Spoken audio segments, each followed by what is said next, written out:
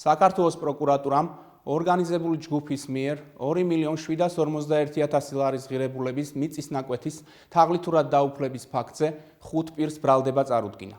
ქვემო ქართლის საოლქო პროკურატურის მიერ ჩატარებული გამოძიებით დადგინდა, რომ ორგანიზებული ჯგუფის წევრებმა დაზარალებული კუთვნილი მიწის ნაკვეთების თაღლითურად დაუფლების მიზნით ნოტარიუსის შეცდომაში შეყვანის გზით ყალბიმინდობილობა შეადგინეს. თითქოს და დაზარალებული დანაშაულებრივი ჯგუფის ერთ-ერთ წევრს უფლებას აძლევდა მისი კუთვნილი მიწის ნაკვეთები განეკარგა. აღნიშნული საფუძველზე გარდაბნის მუნიციპალიტეტის ტერიტორიაზე არსებული დაზარალებულის კუთვნილი 2.751.000 ლარის ღირებულების 2 მიწის ნაკვეთი ფიქტიური ნასყიდობის ხელშეკრულებით დანაშაულებრივი ჯგუფის სხვა წევრზე გადააფორმეს, რომელმაც ქონება ჯერ იპოთეკით დატვირთა, შემდეგ კი გაასხვისა. სამართალდამცველებმა 2 ბრალდებული დააკავეს, ხოლო 3 პირის მიმართ სისხლისამართლებრივი დევნა დაუსწრებლად დაიწყო.